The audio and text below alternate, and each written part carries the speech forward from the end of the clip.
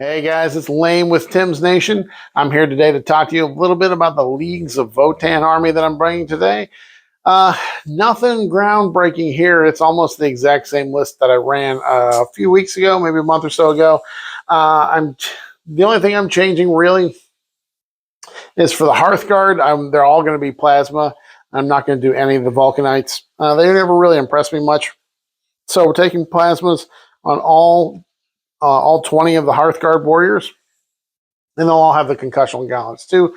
But other than that, everything will be mostly WYSIWYG. So we'll go through the list here. Again, like I said, nothing groundbreaking. Similar list to what I ran before. I liked it, but didn't quite like the Hearth Guards to the Vulcanites because I felt like they just didn't do enough. So here we go. Here's our list. All right, today's Leagues of Votann. We got some points drops, but not anywhere that made much of a difference in this list. The Hearthkin Warriors got 10 points cheaper in the last Munitorum Field Manual, but I was already at 2,000 points, so it takes me down to 1990, and the cheapest enhancement is 15 points, so it did not help this list at all. Thanks, GW. On to what the actual list is. We do have two Einherjar champions as our two characters. Each amps, when they lead a unit, they let that unit reroll charge rolls, and plus when they complete a charge, they do some impact mortals. So they're handy there. At only 60 points, they can do some work. They're nice in combat, but they don't have that many attacks with their hammers, so they only have 3 attacks, so it can be easy to whiff with them. I've got an enhancement on one of them. One of them does have the Grim Demeanor. So Grim Demeanor lets you reroll failed battle shock tests for the bearer's unit. But the big benefit here is that it allows the unit to ignore any modifiers.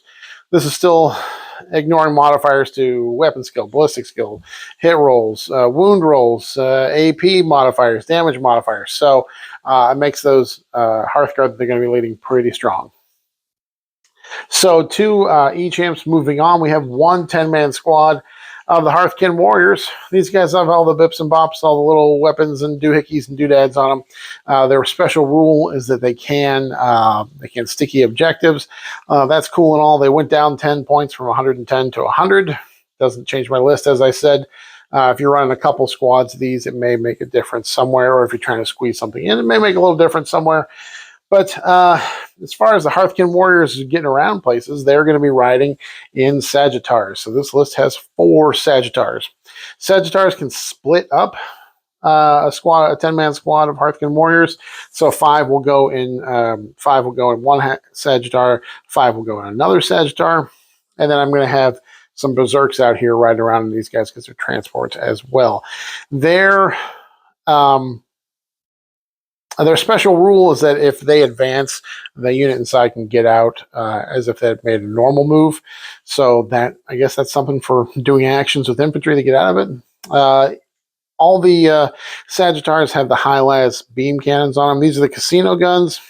So it's 2 shots, hit on 4s. They're strength 12, AP 3, D6 damage. So decent damage profile, but they are sustained hits D3. So if you roll a 6 to hit, you're actually going to get D3 extra hits. So if you roll a few 6s of these guys, you can put out a decent amount of fire. Next, we've got 2 of the squads of Chthonian Berserks. These guys are WYSIWYG with the plasma axes, so they will have a strike and a sweep profile. They do have a feel no pain. Not much armor, but they have a 5-up feel no pain. Their special rules, they do fight on death. That's kind of handy. On a 4-up, they fight on death. So if they die before they get a chance to fight, you roll a d6. On a 4-up, they fight on death. And then each squad does have a grenade launcher on it. Their grenade launcher, if they hit something with it, it's indirect fire. It's a mole grenade launcher. It's indirect fire. If they do hit something with it, that thing on a 4-up, that thing will become suppressed. Is that the word?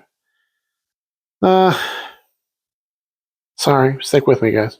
Yeah, it just means that they subtract 2 from their move characteristic and subtract 2 from advance and charge rolls made for it.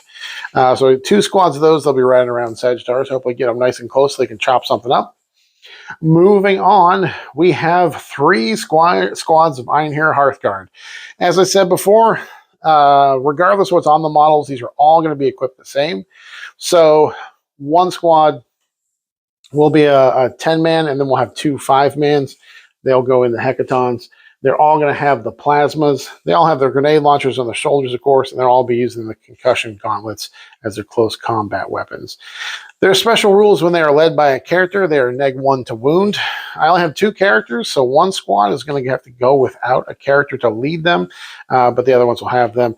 The 10-man squad will have the E-Champ with the enhancement Grim Demeter leading them.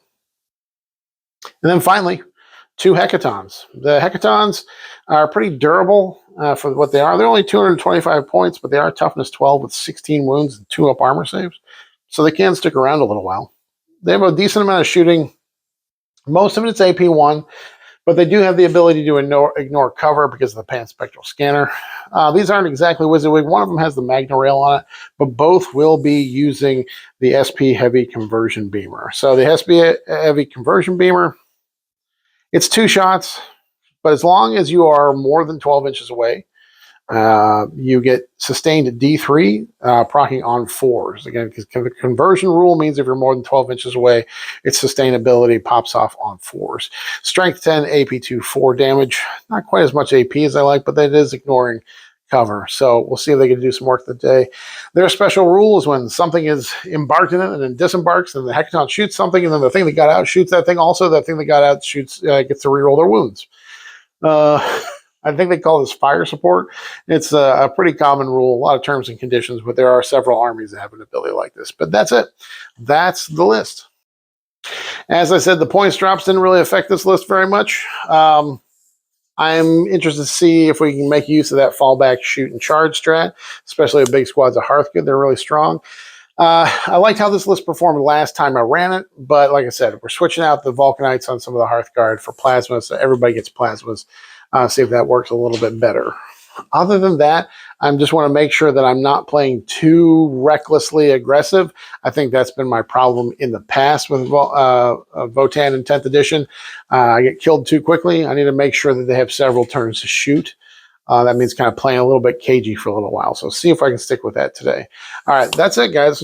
Keeping it simple today. Follow me over to the battle report. Let's see how the little guys do.